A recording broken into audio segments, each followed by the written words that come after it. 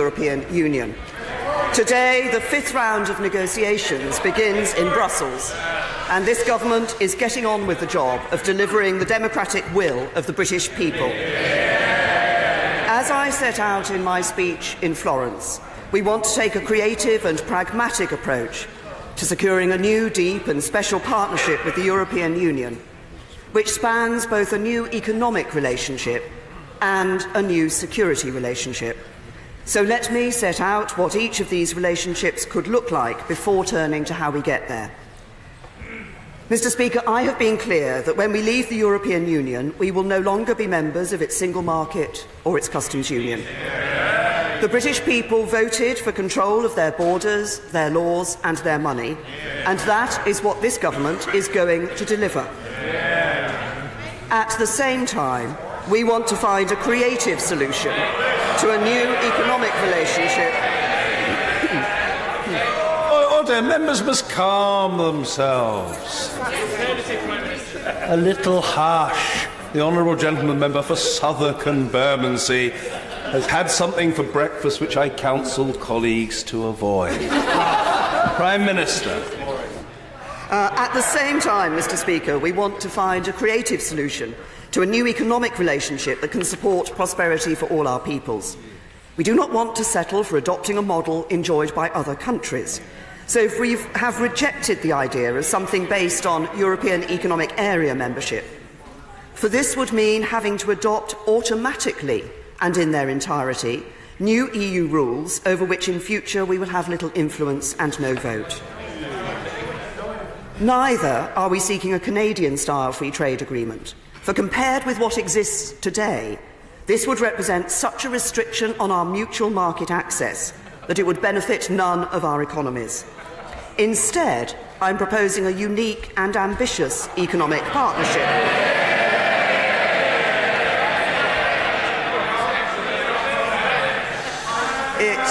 It will reflect our unprecedented position of starting with the same rules and regulations. We will maintain our unequivocal commitment to free trade and high standards, and we will need a framework to manage where we continue to align and when we choose to differ. There will be areas of policy and regulation which are outside the scope of our trade and economic relations where this should be straightforward. There will be areas which do affect our economic relations, where we and our European friends may have different goals, or where we share the same goals but want to achieve them through different means. And there will be areas where we want to achieve the same goals in the same ways because it makes sense for our economies.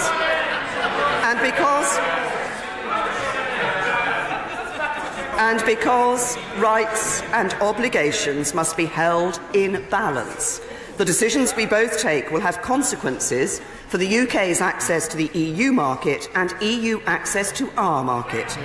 But this dynamic, creative and unique economic partnership will enable the UK and the EU to work side by side in bringing shared prosperity to our peoples. Let me turn now to the new security relationship. As I said when I visited our troops, when I visited our troops serving on the NATO mission in Estonia last month, the United Kingdom is unconditionally committed to maintaining Europe's security. And we will continue to offer aid and assistance to EU member states that are the victims of armed aggression, terrorism and natural or man-made disasters. So we are proposing a bold new strategic agreement that provides a comprehensive framework for future security, law enforcement and criminal justice cooperation, a treaty between the UK and the EU. We're also proposing a far-reaching partnership on how together we protect Europe from the threats we face in the world today.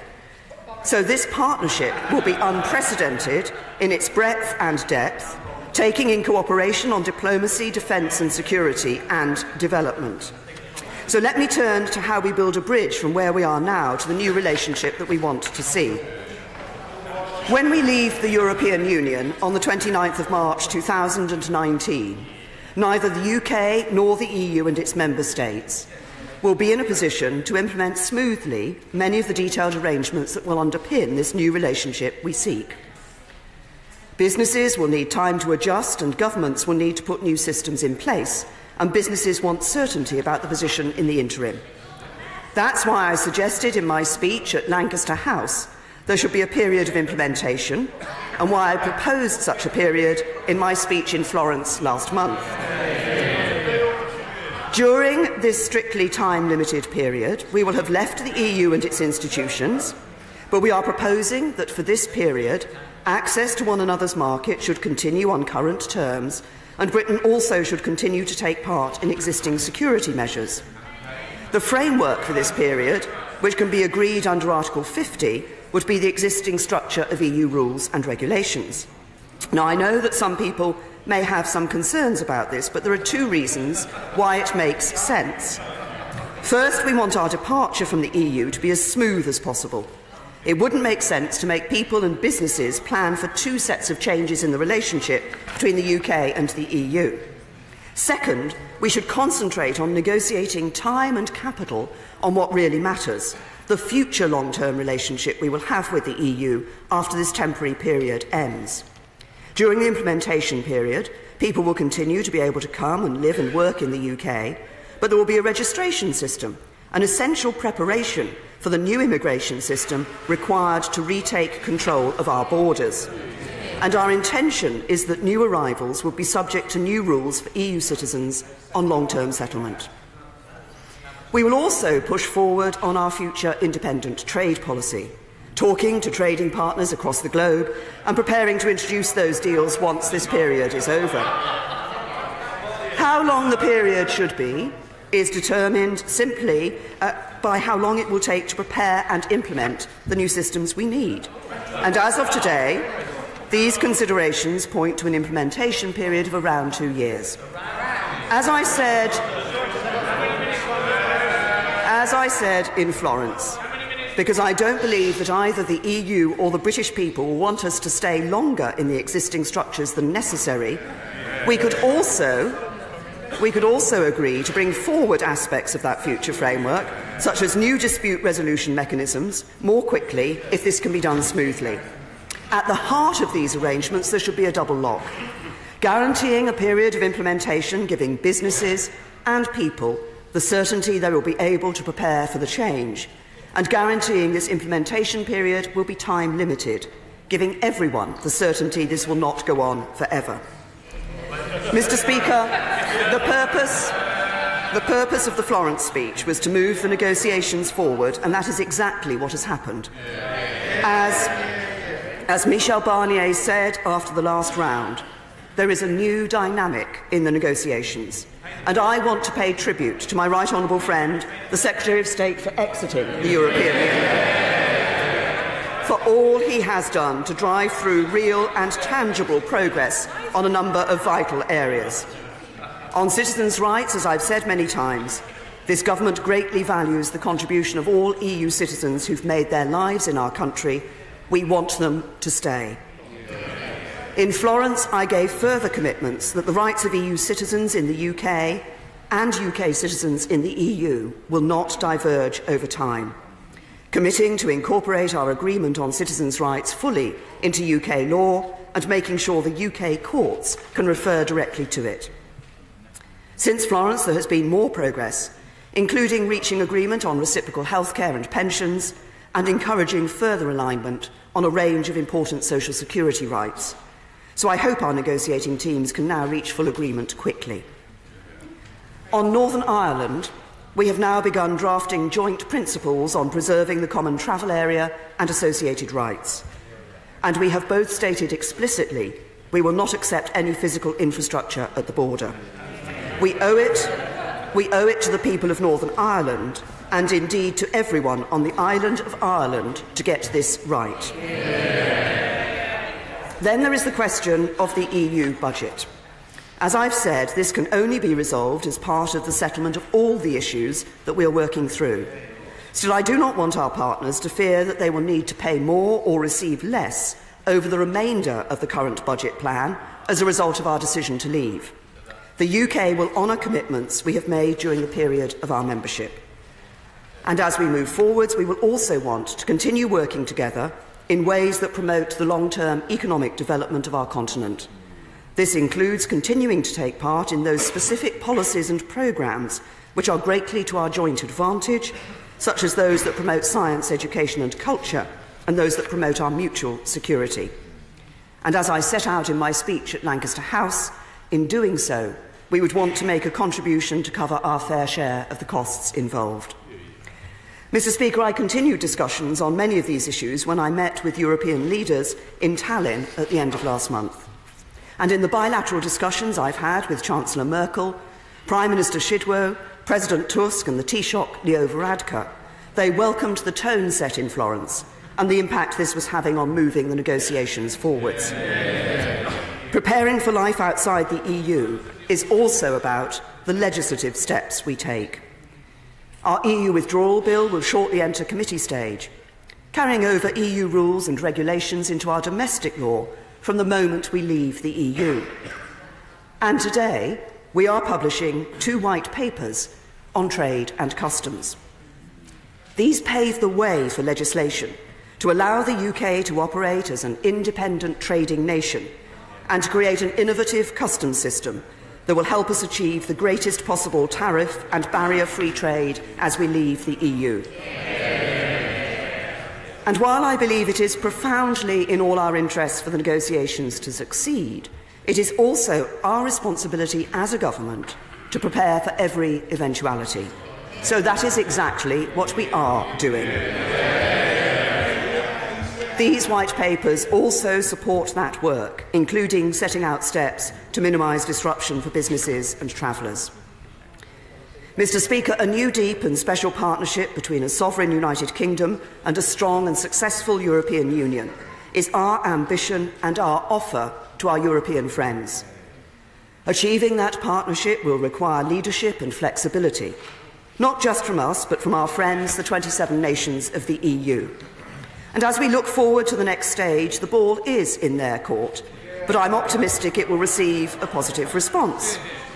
Because what we are seeking is not just the best possible deal for us, but I believe that will also be the best possible deal for our European friends too. So while, of course, progress will not always be smooth, by approaching these negotiations in a constructive way, in a spirit of friendship and cooperation, and with our sights firmly set on the future, I believe we can prove the doomsayers wrong. And I believe we can seize the opportunities of this defining moment in the history of our nation. Mr. Speaker, a lot of the day-to-day coverage is about process. But this, on the other hand, is vitally important. I am determined to deliver what the British people voted for and to get it right. That is my duty as Prime Minister. It is our duty as a government, and it is what we will do. And I commend this statement to the House. Jeremy Corbyn. Thank you, Mr. Speaker, and I would like to thank the Prime Minister for the advance copy of the statement. 16 months on from the referendum, no real progress has been made. The Prime Minister delivered yet another definitive speech, designed to herald a breakthrough, which instead only confirmed the confusion at the heart of government. Mr. Speaker, if we want to judge the progress the government has made since triggering Article 50, we shouldn't just look at the latest Florence speech. We should also look back at the Prime Minister's last big Brexit speech in January, where she outlined 12 objectives for Brexit negotiations. And, Mr. Speaker, how many of those objectives has the government met 10 months down the line? The answer, none. The Florence speech, in fact, demonstrated the scale of the mess the government is making of these negotiations. 15 months on from the referendum, we're still no clearer what the future of this country will look like. The question must be asked, what on earth has the government been doing all this time? Calling an election in which voters refused to give the Prime Minister the mandate she wanted. Since then, Cabinet ministers have been squabbling amongst themselves all that time. 15 months wasted. I'm sure the Prime Minister wanted her speech in Florence to bring life to these critical negotiations.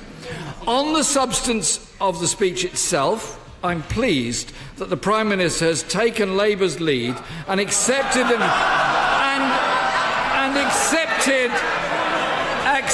the need for transition as we leave the EU. However, Mr. Speaker, it is still unclear what the Prime Minister envisages for a transitional period or how long it will last. The Prime Minister said the implementation period would last around 2 years, yet the Foreign Secretary interprets that as 2 years and not a second more, while the Chancellor hints it might be more. He's here, he could correct us on this. She told us during a transition access to one another's markets should continue on current terms. Yet, at the Conservative Party conference, the Secretary of State for International Trade contradicted this and said, "We will leave the single market and the customs union at the end of March 2019. The Immigration Minister told his party conference that freedom of movement will end as we know it in March 2019. So how does this square with the Prime Minister's assertion that we continue on current terms during the transition? It can't be both. Can the Prime Minister clear up the confusion and tell the House exactly what her implementation period means in terms of the single market, customs union and freedom of movement? Mr. Speaker, on the financial settlement with the EU, the Prime Minister has offered to commit funds to ensure no EU member state has to pay more into the EU budget until the end of the current framework. We welcome this as a sensible offer. However, can the Prime Minister confirm whether the UK will be willing to pay money to the EU post-transition to access programmes which benefit this country? It's an important issue for many parts of Britain. On the issue of citizens' rights, the Prime Minister says this is an area where progress has been made with the EU. I'm sure that many colleagues in this House will testify to the level of concern and indeed desperation of many of our constituents who come to our surgeries across the country in fear that families and friendships will soon be ripped apart. So, Mr. Speaker, no, it's not scaremongering, Mr. Speaker. This is a serious issue. This is a serious issue that affects many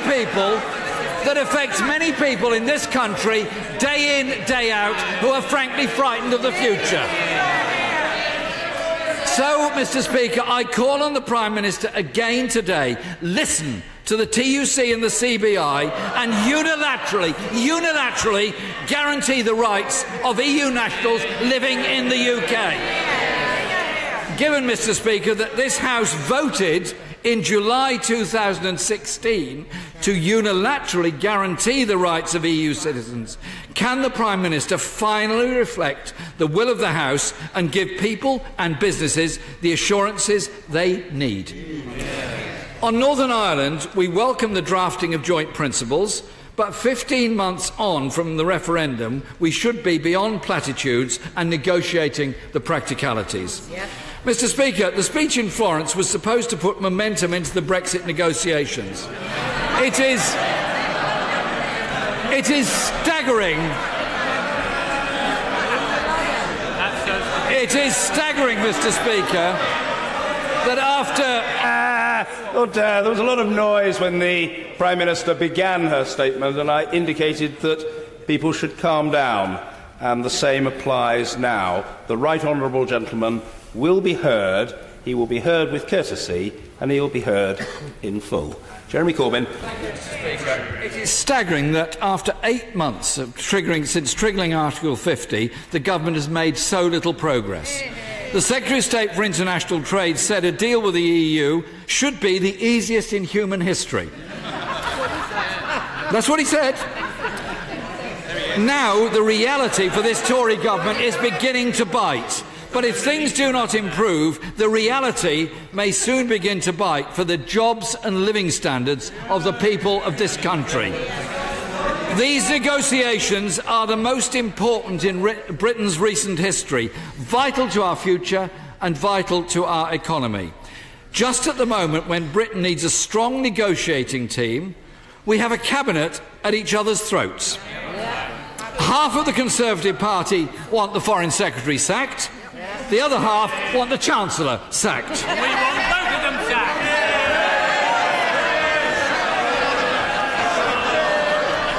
Mr. Speaker.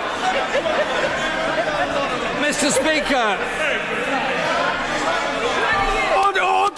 Order! I say to the honourable gentleman, the member for Braintree, that I'm advised that he is being groomed for statesmanship. And I say to the aspiring statesman, it is in the circumstances impolitic at best and rude at worst for him to point. I am trying to help the honourable gentleman. Jeremy Corbyn. Rather than fighting over their own jobs, the reality is that millions of people's jobs and living standards depend on the success of these negotiations.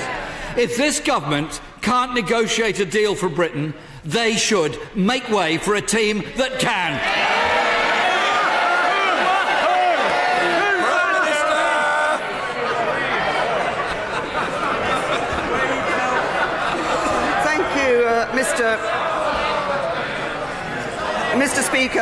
Mr. Speaker, the right honourable gentleman talks about what has happened over the last 15 months. Well, I'll tell him what has happened. This government has triggered Article 50 and is negotiating the leaving of the European Union. And we are negotiating the practical details that need to be in place to ensure that we first of all get the best possible deal for the UK, and that secondly, that we get a deal where the withdrawal is as smooth and orderly as possible. Now, he talks about a number of these issues. He says that the Florence speech was due to give momentum to the talks. Indeed, it has given momentum to the talks. But I happily say to the right honourable gentleman, the last thing we need in these talks is his momentum.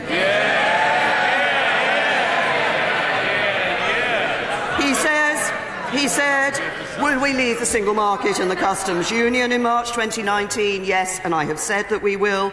He says, will freedom of movement as we know it end? And I have said yes, and I've set out in the statement I made today, if he'd read it, the point about the difference that will come in during that period. He talked about citizens' rights. There is considerable agreement between us and the European Union on this issue. There are some remaining issues to be dealt with. I've been very clear at every stage that we want EU citizens in this country to stay. We welcome the contribution that they have made. But I'm also clear that we want UK citizens in the 27 member states of the European Union to be given their rights too. And everybody in this House of Commons should have a care for UK citizens as well as for EU citizens. And then finally, he says that this is a historic moment. It is indeed an important moment for this country. This is a very important and significant set of negotiations that will set this country's future for generations to come. I'm optimistic and ambitious about what we can achieve for our country. He said we need to negotiate carefully. Yes, we do. That's why the Article 50 letter reflected the principles I'd set out in the Lancaster House speech, and the Florence speech updates that and reflects again the principles of the Lancaster House speech. What a contrast with the Labour Party, which said that they would respect the result of the referendum, then voted against the withdrawal bill. They said they wanted to leave the single market. Now they say they might stay in the single market. They said that staying in the customs union was deeply unattractive. Now they want to stay in the customs union forever. And they used to be against a second referendum, but now they've refused to rule it out. With such a confused position on Brexit, no wonder they say there'll be a run on the pound if Labour get into power. Mr. Kenneth Clark. Mr. Speaker, will the Prime Minister reassure me that the statement clarifies that it's not the government's policy On the one hand, to seek to remove all trading barriers with countries like Japan and the United States, but on the other hand, to seek to create new regulatory, customs and tariff barriers with the European Union, which at the moment we have free trade and which is our largest trading partner in the world. And if that is correct, and that is consistent perhaps with what she's just said, as she recalls no doubt that ultra-Brexiteers, including the present Foreign Secretary, assured citizens during the referendum campaign that no difference at all would take place in our trading relationships with Europe because they needed to sell us their Mercedes and their Prosecco, then would it not be best to proceed with the negotiations on the basis that our ideal solution would be to stay in the single market and the customs union, and she can then seek to negotiate changes to those conditions that presently attached to that, which are the things to which she refers when she tries to explain where she is at the moment. Well, my right honourable and learned friend has always been consistent on this particular issue of membership of the European Union. When people voted in the referendum and voted for the UK to leave the European Union, I think they were voting for us to take control of our borders, our laws and our money. If we were to remain full members of the customs union and the single market, that would bring with it continuing jurisdiction of the European Court of Justice into the future forever. It would also bring with it the requirement for free movement. What I have set out in the Florence speech and the offer that we have made to the European Union is what I've described previously as a deep and special partnership with the EU. And my right honourable friend and learned friend is right. We do want to ensure that the trading relationship we have with the European Union can be as tariff-free and as frictionless as possible. But we also see advantage in being able to negotiate new trading agreements around the rest of the world as well. I think that is to the advantage of the United Kingdom, and that's what the government will be pursuing. Ian Blackford. Thank you, Mr. Speaker, and let me thank the Prime Minister for advance copy of her statement. Although I must say that a statement that took 13 minutes to deliver, and not one mention of the devolved administration. That's the lack of respect that we see from the President in London. And let me... You should be Order. It is a considerable discourtesy, I say to the Honourable Gentleman of North West Leicestershire, to walk out of the chamber past the member who's on his feet in the middle of his attempted intervention. It is a point that is so blindingly obvious that it shouldn't need to be notified to the Honourable Gentleman. But as he wasn't apparently aware of the discourtesy involved, he now is. And when the House has settled down, perhaps we can hear the leader of the Scottish National Party, Order, who I remind the House must be heard, Mr. Ian Blackford. Thank you, Mr. Speaker. Now, we respect the fact that the UK has voted to come out of Europe. But we were told in our referendum in 2014 that if we stayed within the UK, then our future in Europe would be preserved. And we have the situation today that Scotland has voted to remain, and in particular wants to stay in the single market and the customs union. It's about time that we got some respect from the government. Mr. Speaker, the situation is now critical. Can I say to honourable gentlemen, I can hear them chuntering. If they want to catch the Speaker's eye, they're entitled to do so, but perhaps they may show a little bit of respect. These are important matters, and the public are watching this behaviour. Mr. Speaker, we stand on the brink of being dragged out of the European Union with no deal in place and no automatic introduction of WTO rules. A catastrophe for Scotland, threatening up to 80,000 jobs in our country alone. The reality, Mr. Speaker, is the President of the European Commission has said that a miracle needs to happen for there to be any progress in these negotiations. Meanwhile, the European Parliament voted last week to stop negotiations moving on to the next phase, citing lack of progress. Mr. Speaker, the clock is running against the Prime Minister in more ways than one. On EU citizens' rights, this government continues to drag its heels. There must now be from the Prime Minister a universal declaration a universal declaration that EU citizens in the UK can have their current citizen and rights protected after exit day. No ifs, no buts, do it today. I urge the Prime Minister to listen to the voices of the devolved administration. We will not accept this legislation as it stands. A complete violation of the Scotland Act and biggest power grab since devolution. Indeed, just last week, the author of Article 50, Lord Kerr, said that Westminster is trying to break the founding principle of the devolution settlement. The SNP has set out 3 key tests on Brexit for this government. 1, as an absolute minimum, we want continued membership of the single market and the customs union. 2, declare now without delay that EU citizens' rights are guaranteed. And 3, this government must accept that the withdrawal bill as it stands cannot proceed in its current form. So will the Prime Minister live up to these asks, and will she end the moral floundering of EU citizens' rights now? I'm sure, as the honourable gentleman knows, there will be a meeting next week of the JNC, which brings the devolved administrations together with ministers here in the government. There have been bilateral discussions between the First Secretary of State and ministers in the Scottish Government and the Welsh Government as well on an ongoing basis over the summer. The honourable gentleman refers to citizens' rights. Could I just remind him that during the Scottish independence referendum, which he referred to, which took place in 2014, the First Minister told EU nationals that if the EU did not allow an independent Scotland to rejoin, which was clear they would not do, EU nationals would lose the right to stay here. Now, they now take a completely different... Oh, they shake their heads.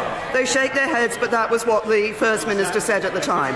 And I also say to the honourable gentleman, he references what I said in my statement. Yes, my statement was about the position of the United Kingdom government in the UK's negotiations with the European Union. And Scotland is part of the United Kingdom. Mr. Ian Duncan Smith. Mr. Speaker, may I warmly welcome my right honourable and very good friend, our Prime Minister's statement today on the plans that she has for the negotiations. And can I press her a little bit on this and ask her to elaborate a little bit further? That in the course of her statement she made it clear that the ball was back in the EU's court. Is it not reasonable to expect that, given all of the negotiations and discussions and progress made, that the EU now should engage the United Kingdom on what is beneficial to both them and to us, which is an ongoing free trade arrangement to be done and completed by March 2019? Well, I thank my right honourable friend, and he's absolutely right. And what we see is an increasing interest in actually moving on to talking about that issue, which, as he says, will be absolutely not just in our interest, but in the interests of the European Union. That's what's right for both of us. We want it negotiated by March 2019, so we can take the UK will come out of the European Union, and we know what that new partnership and trade agreement will be. Ed Miliband.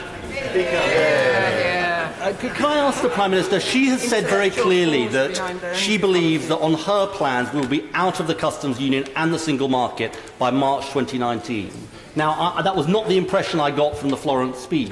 Could she therefore explain how the arrangements that she is seeking for the transition differ from being members of the single market and the customs union for the period of the transition? I have to say to the right honourable gentleman, as we leave the European Union in March 2019, we will leave the full membership of the customs union and full membership of the single market. What we then want is a period of time when practical changes can be made as we move towards the end state, the trade agreement that we will have agreed with the European Union. We have to negotiate for that implementation period what the arrangements would be. I expect we have suggested that that should be a new agreement, an agreement that we should be able to operate on the same basis and on the same rules and regulations. Sir William Cash. Thank you, Mr. Speaker. My right honourable friend's Florence speech stressed the fundamental principles of UK democracy and accountability in this House, upon which all else depends. The opposition voted against the Withdrawal and Repeal Bill and the repeal of the European Communities Act 1972. Does she agree that our voters have every right to hear a public explanation from the opposition, Remainers and Reversers as to why, despite the referendum vote, they still subscribe under the EU's undemocratic system of lawmaking to a closed-door Council of Ministers where decisions are taken behind closed doors, largely in secrecy, which contrasts so vividly with what goes on in this House with bills, with amendments and with speeches and with votes recorded. Well, I say to my honourable friend, he's absolutely right to point the finger at the opposition on this particular issue. They claim they're going to support the result of the referendum, yet they vote against the very bill that will put that into place. Not only do they do that, but in voting against the EU withdrawal bill, they have voted against bringing environmental regulations into UK law and bringing workers' rights into UK law. The Labour Party voting against bringing workers' rights into UK law. Is this government that's supporting them? The Hillary Ben. Thank you very much, Mr. Speaker. 4 days ago, the Deputy Governor of the Bank of England said that the UK financial services industry needs a transitional deal by Christmas, or else it will begin implementing its contingency plans that the Chancellor is well aware of to shift jobs and activities across the Channel.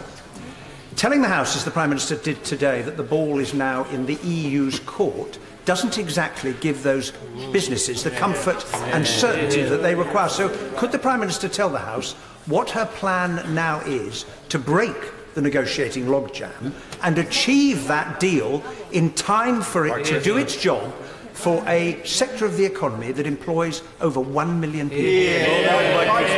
I say to the right honourable gentleman that what the Florence speech did was set out some details on an implementation period and how we think that that could operate. We now wait for the European Union to respond to that detail that we have set out. I recognise the concerns that business have for an implementation period, but I finally would say to the right honourable gentleman that this whole process is not helped by the vast majority of Labour MEPs voting against moving on to the next phase of talks. John Redwood.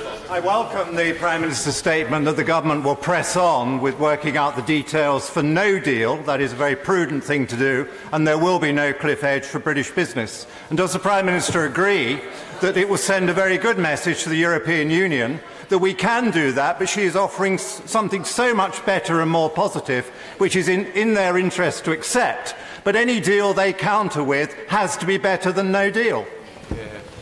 Yes, my right honourable friend is absolutely right. I think we've offered a very good arrangement for the future to the European Union. I think it's not only in our interests, I think it's in their interests as well. But as any prudent government would, we continue to make plans for every eventuality. I think that's only the sensible thing for us to do. Then Bradshaw. Is it her understanding that, if necessary, it is possible to halt the Article 50 process? The position was made clear in a case that went through the Supreme Court in relation to the Article 50, and the government made clear that we have no intention of revoking that. We will be delivering on the vote of the British people. Sir Nicholas Soames. Mr. Speaker, will my right honourable friend, as she wrestles with the inevitable compromises essential to securing the opportunities of Brexit in the national interest, and in view of this enormous administrative challenge, will she consider refining the machinery of government by creating an inner cabinet to drive forward the work across the government and thus retain greater grip and control over the whole process? I say to my right honourable friend, we have the government ministers meet in a variety of forms to consider these particular issues. Before the Florence speech, I was pleased that the whole cabinet came together and signed up to that speech.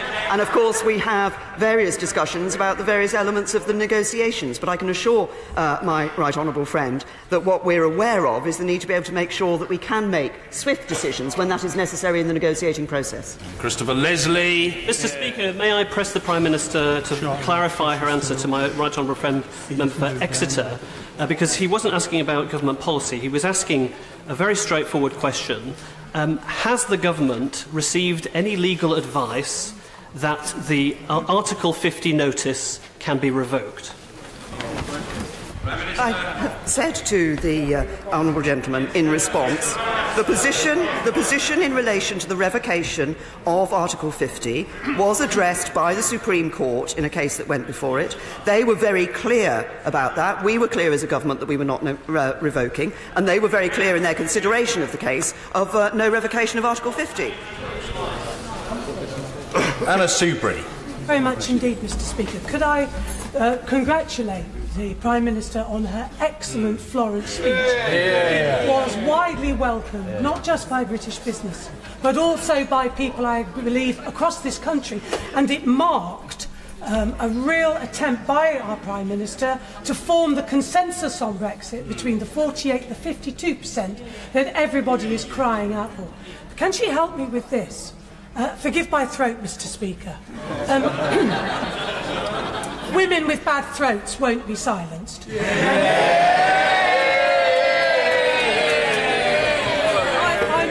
may have not heard this properly or understood. But was the Prime Minister saying that at the end of by March 2019, if we haven't got a deal as to the final Brexit arrangements, then we will jump off the cliff and there will be no deal? Or is she saying that we will go into a period of transition and during that time those vital negotiations can continue?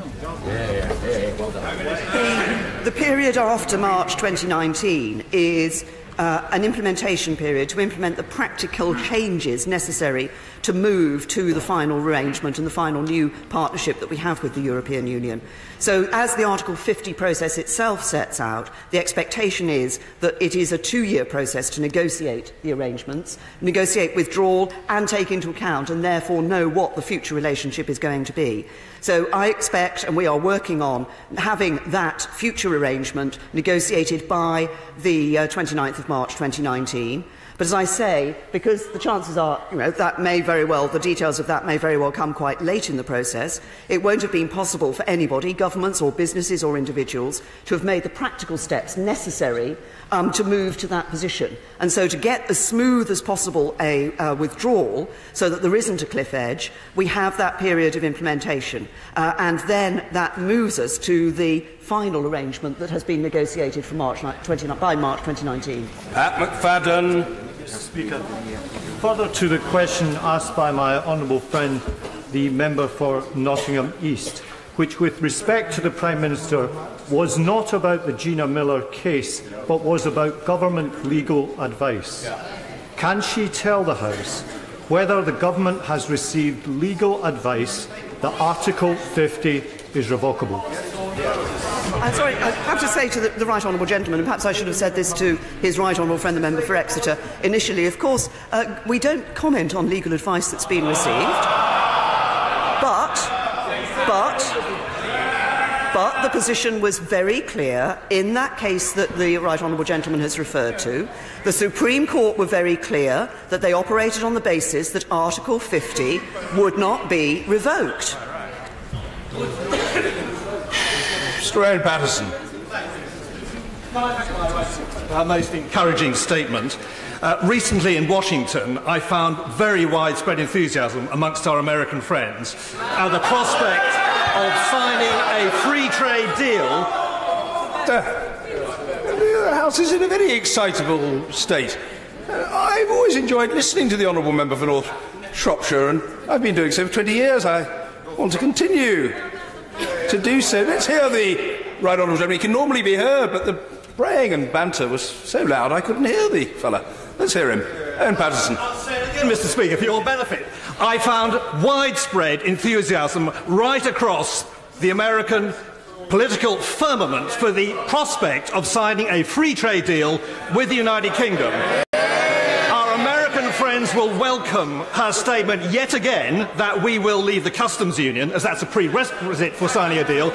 Could she give them her best estimate as when, after March 2019, we could actually sign a deal with third countries of a friendly nature like the United States of America? Yeah. Can I echo the comments that my right honourable friend has made? That's exactly what we found in our dealings with the American government, and we have a working group working with the American government on issues relating to trade matters. The issue of the implementation period and the exact arrangements that are there during that implementation period will, of course, be part of the negotiations and a matter for those negotiations, but we're clear that during that implementation period it should be possible for us to continue to negotiate trade agreements, but of course we wouldn't enter into anything which was contrary to the agreement that we had come to with the European Union. Chukaramuna. Thank you, Mr. Speaker. The Prime Minister has been asked several times about implementation or transition and has not made any sense at all in the answers she has given. She has said today that she foresees a framework for transition of around 2 years along the existing structure of EU rules and regulations. Well, the existing structure has a single market and customs union at its heart. How can what she is proposing for her implementation period be anything other than continued membership of the customs union and the single market, which our companies require? I'd say to the honourable gentleman, and I thought I had explained it in response to one of his honourable friends, as of 29th of March 2019, we leave the European Union. That means we leave full membership of the customs union, full membership of the single market. We will, as part of that, this is our proposal to the EU, have negotiated an implementation period to take us in a smooth and orderly process so that the practical changes can be made towards the end state, the end agreement that we will have with the European Union. How long that lasts, of course, how long that needs to last, will depend significantly, I'm coming to his point, will depend significantly on the nature of that agreement and how different it is from the current arrangements. But during that period, what we are proposing is that it is in the interests of individuals and businesses for both sides to be able to continue to operate on the same basis as they do today. That would be part of the withdrawal agreement that we propose to negotiate with the European Union. So that negotiation would be about the basis on which we operate during the implementation period. I was going to call a fellow, but he's beetled out of the curtainage of the chamber, so I can't. But he may beetle back again, but we'll see. Mr. Jacob Rees-Mogg. Thank you, Mr. Speaker. Will my right honourable friend confirm unequivocally that after the 29th of March 2019, the European Court of Justice's writ will no longer run in any way in this country, and that any new laws that are agreed under the acquis communautaire after that date will not have effect here unless agreed specifically by Parliament? My honourable friend has actually raised two separate issues, but elided them together. The first is about the European Court of Justice. As I've just said in answer to a number of questions, we want to have a smooth and orderly process of withdrawal with minimum disruption. That's why we want that implementation period, and we have to negotiate what will operate during that implementation period. And yes, that may mean that we will start off with the ECJ still governing the rules we're part of for that period. But what we're also clear of is that we can bring forward discussions and agreements on issues like a dispute resolution mechanism, and if we can bring that forward at an earlier stage, then we would wish to do so. Now, the second issue my honourable friend referred to was the question of new rules that are brought in during that implementation period.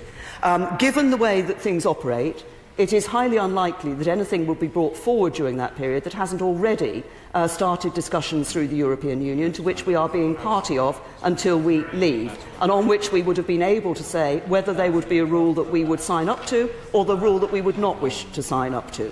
And any new rules that were put on the table during that implementation period, given, again, the way these things operate, it's highly unlikely they would actually be implemented during that implementation period. Break. Speaker, our European friends are looking aghast at the chaos that the Cabinet is creating. The Prime Minister's got to put an end to the backstabbing briefing and counter-briefing from her ministers and their surrogates. Will she show real leadership by ring-fencing the issue of EU citizens' rights, confirming the UK will stay in the customs market and the single market and the customs union, because I'm not aware of anyone who believes the border between Ireland and Northern Ireland can be safe without that? And finally, will she sack the Foreign Secretary, whose leadership whose leadership ambitions blind him to the sustained damage his backseat driving is doing to the UK's negotiating credibility and increasing the risk of us crashing out of the European Union.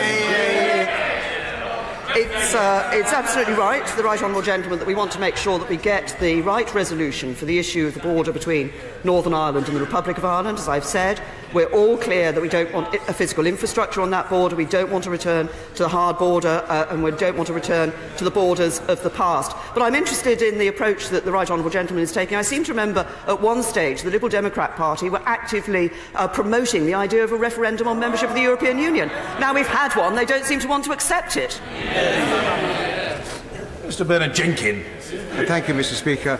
Can my right honourable friend simply point out to people who are complaining that these negotiations are going too slowly that after the referendum on the 23rd of June last year, the European refused to negotiate until we had triggered Article 50. But even then, when we had triggered Article 50, they refused to discuss the long-term relationship that they want to have with the United Kingdom. And even after her emollient and conciliatory Florence speech, they are still refusing to discuss the long-term relationship between the EU and the UK. When does she call time? Oh, shame. Well, can I say to my honourable friend that, of course, he is right, that it was clear at an early stage that we had to trigger Article 50 before the negotiations started. We waited to do that until we'd done considerable work in government to prepare us for triggering Article 50, which we did, and I think the extent of that work has now been shown in the negotiations and the position papers that we have been publishing over the summer. And on the last point my honourable friend has made, I would simply say this, and I've said it before, that of course there are sometimes public pronouncements made in relation to these negotiations, but we are in a negotiation, and very often what we discuss behind the scenes and what we're able to discuss in private is discussed in a more positive and constructive way than some of the public pronouncements would suggest. Alison McGovern. Thank you, Mr. Speaker. The Prime Minister's statement today has been confusing. Can I get to the heart of that confusion? Because she says she wants the benefits of exactly the same terms of trade with the EU as we have now, for which we need regulatory equivalence. She also says we want the benefits of not being bound by EU rules in perpetuity, for which we need regulatory divergence. And it's a simple matter of logic that equivalence is the opposite of divergence. The Prime Minister is proposing that we want a thing and the opposite of that thing. How will she resolve this obvious contradiction? When you enter into a trade agreement with another country, both sides agree the set of rules and regulations that will pertain to that trade agreement. But they also agree how many disputes about that will be resolved and what will happen if either side chooses to change, to diverge those, from those the rules and regulations in those trade agreements. That is the position that we will be doing with the European Union, negotiating a trade agreement, but we already operate on the same basis of the same rules and regulations. The EU Withdrawal Bill brings the EU acquis into UK law, so the key question is how we manage divergence on either side after that. That will be part of the negotiations. It's the same as you do in any trade agreement. Mr. Christopher Chu. Does my right honourable friend believe that the European Union genuinely wants a dynamic and creative future trade relationship with the United Kingdom in accordance with her vision? And if so, where is the evidence for it? Well, can I just say to my honourable friend that, yes, I believe, first of all, that sort of relationship is in the interests of the member states of the remaining 27 member states of the European Union. And I also believe that as they are coming to look at this issue, which is one that I think they haven't focused on previously, but Florence has now triggered their thinking on this issue, they will see the benefits that such a relationship will bring, not just to us, but to them as well. Thank you, Mr. Speaker. The EU Commission continually talks about Her Majesty's government giving certainty and clarity.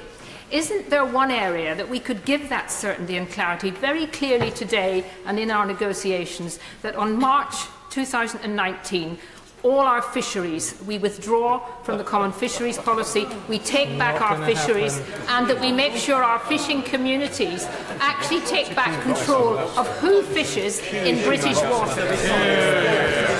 Well, the the Honourable Lady is very right in suggesting that, of course, when we leave the European Union, one of the aspects of leaving the European Union will be leaving the common fisheries policy. Now, of course, we will need to consider the arrangements that we want to put in place here in the United Kingdom for the operation of our coastal waters and the operation of fishing around them.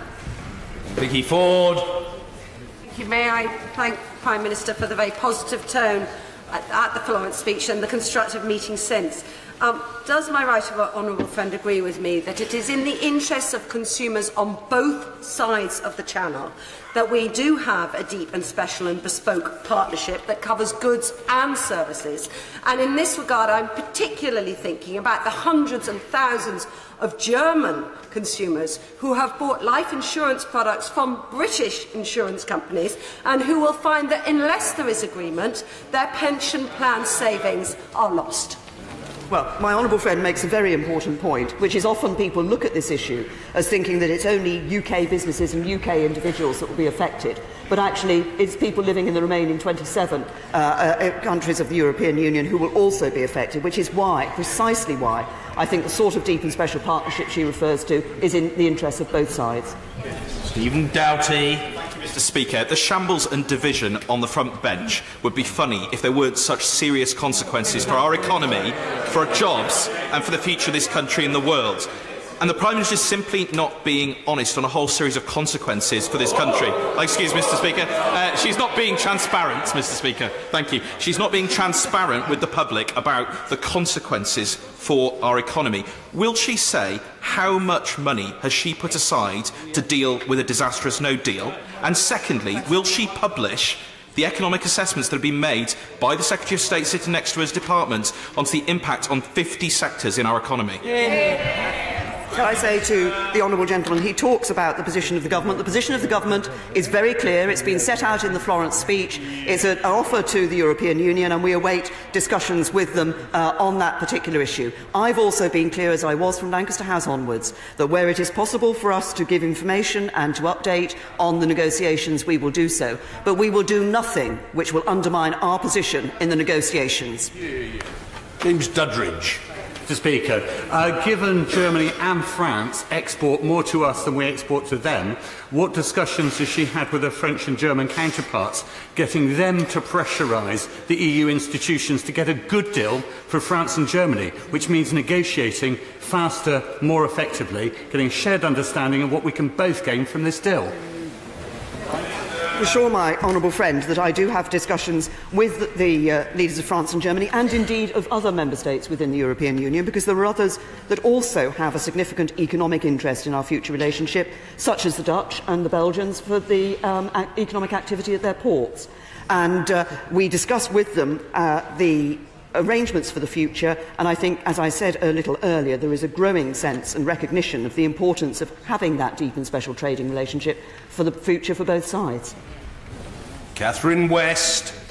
The Prime Minister please tell the House the cost of Brexit to the public purse in A, where there is a deal, and B, where there is no deal? Doesn't know. I have to say to the honourable lady, of course, it's not possible to answer that question until we are negotiating a deal. We will not have negotiated that deal until, I suspect, close to the end of the period in which it has been set aside for it. And at that point, we'll be able to see what the benefits of that deal will be for the future of the British economy. Mark Francois. Thank you, Mr. Speaker. I commend the Prime Minister on her detailed statement, which was in stark contrast to the Leader of the Opposition, who left the House completely in the dark as to his own position. Can she solve a dilemma for me? Why, if the Labour Party are so concerned about Brexit, or even indeed for the security of EU nationals after we leave, could they not bring themselves to debate this matter at all at their own party conference in Brighton?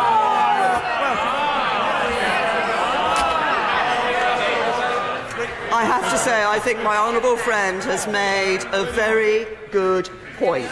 At the Labour Party conference, they actually refused to have a full debate on the issue they now say matters of such consequence to them. But then that's typical. They take one position on a Tuesday and the next position on a Wednesday. Chris Bryant. We did debate the European Union and Brexit at our conference, actually. Yeah. But let me ask a different matter. Because of our membership of the European Union, there are some 200,000 Britons living in Catalonia. And there's roughly the same number of Catalan Spaniards living in the UK. Now, I don't think anybody in this House supports the police brutality that we've seen in Spain, but the French government has been absolutely clear that if Catalonia tries to declare itself independent unilaterally, it will not recognise Catalonia. Will the Prime Minister today make that same guarantee for Britain? I say to the honourable gentleman, none of us want to see the sort of violence and scenes that we saw on the streets of Catalonia. I want to see, and I'm sure all honourable members do, want to see this situation being resolved peacefully. But we are very clear as a government that the Spanish government has the right to uphold the Spanish constitution, and also that all parties should be operating under the rule of law. Mr. Philip Davis. Speaker, I very much support the Prime Minister in the final destination that she set out again today. But I have to say that the speech in Florence seemed like a reward for the EU's intransigence. Can she confirm that we buy around £70 billion more goods and services from the EU than they buy from us each year, and that when we leave the EU, we will be their single biggest export market? So given that, can she confirm that there will be no more rewards for the EU's intransigence? Well, can I say to my honourable friend that he's right, of course, that the trading relationship between the United Kingdom and the EU is very important to the European Union, as well as being important to us in the UK. What I did in my Florence speech was set out a vision, set out a proposal for the future relationship between the two countries based on the current relationship that we have, and showing how we can develop that relationship in a way that is in the interest of both sides. This has changed the dial, has switched the dial in relation to the negotiations that we're having, and obviously we look forward to being able to enter those negotiations on these aspects in more detail. Seema Malhotra. Mr. Speaker, on the first page of the Prime Minister's statement, she says that she proposes a unique and ambitious economic partnership with the EU. If she is confident that the new, unique and ambitious economic partnership she envisaged will be better for the UK economy than our current quite ambitious economic partnership and membership of the single market and customs union, then further to the question from my honourable friend, the member for Cardiff South and Penarth, why won't she, alongside her white papers, finally today publish the list of the sectors of the economy that she has undertaken an impact assessment, and publish also the results of those assessments so that the public can have the information about the impact of Brexit on the economy? Good question. The full list of sectors will be published shortly. In June they were due to be published. Sir Hugo Swire. Thank you, Mr. Speaker. Following the recent German elections, power has moved from Berlin to Paris. So will she remind President Macron the importance of being a good neighbour to the United Kingdom, as post-Brexit they will still be our neighbour. Tens of thousands of French people will still want to come here, visit here and study here, and vice versa, that we will still wish to cooperate on environmental issues and immigration, and that we will still wish to preserve our special defence arrangements with the French. Well, my honourable friend has made an important point about our future, not just our future relationship with the European Union, but our future bilateral relationship with France. And I can assure him that the discussions that I have with President Macron, that other ministers have with their opposite numbers, are all based on us not just maintaining but enhancing that future bilateral relationship. Paul Flynn. Does the two crippling tariffs imposed by her American friends on the British Bombardier jobs prove the jobs hell that Brexit or a no deal will create? That, of course, the judgment that came out of the American Department of Commerce is a preliminary judgment. We await the final judgment of that department, and of course that can then go to the issue can then go to a trade commissioner. We continue to work with the US government, the Canadian government, and with Boeing and Bombardier to bring about a resolution to this dispute to protect the important jobs in Northern Ireland. And I understand my right honourable friend, the Business Secretary, will be making a statement on this tomorrow. George Freeman. the funfair of the conference season, can I welcome the Prime Minister back in her place as leader of this party, this government and this country to the serious business of government, and congratulate her on the steely determination she showed last week, including setting out a rather inspiring commitment to see this through on behalf of the next generation. Could I ask the Prime Minister, when she heard the Leader of the Opposition refer to Labour's policy of a transition phase, did she, like me, think that that must be the one that the Prime Minister announced in her Lancaster House speech? The only transition I see is a transition from a once great Labour Party to a party of Venezuelan socialism.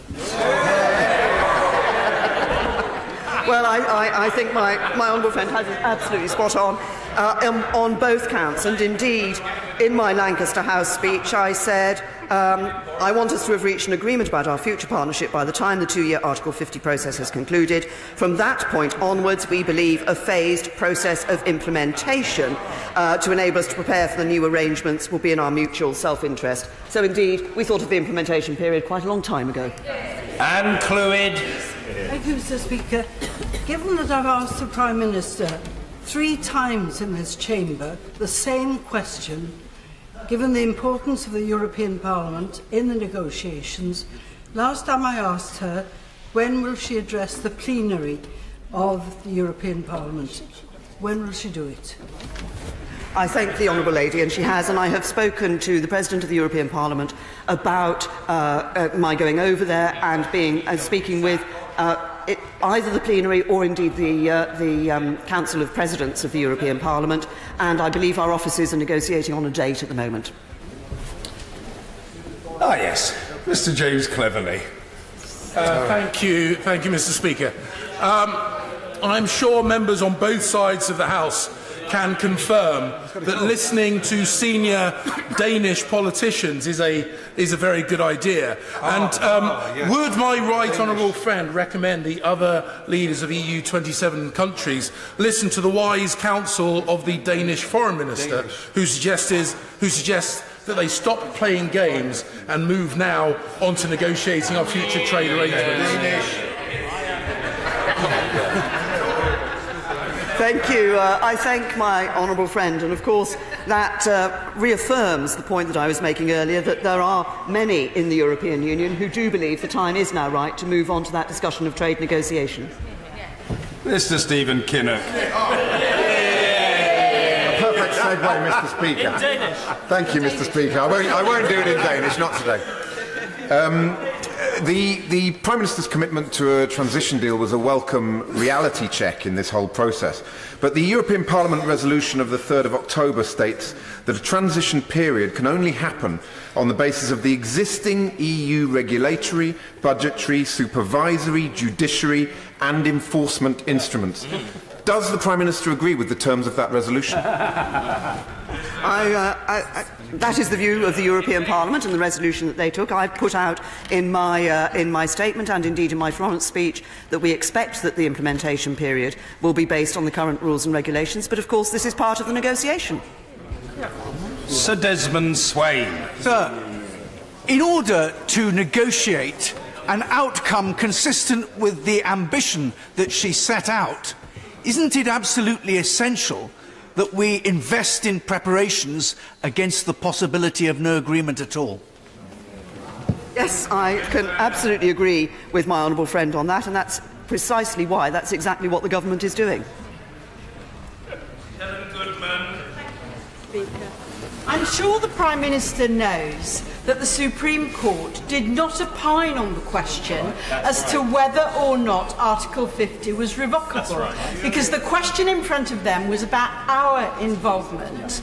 So why, when asked about this by my right honourable friend for Exeter, about what advice she's had recently, has she relied on the Supreme Court? The point that I made in relation to the Supreme Court is that the Court proceeded on the basis that Article 50 would not be revoked, and I gave the answer to one other of her honourable friends about what government does or does not say about legal advice.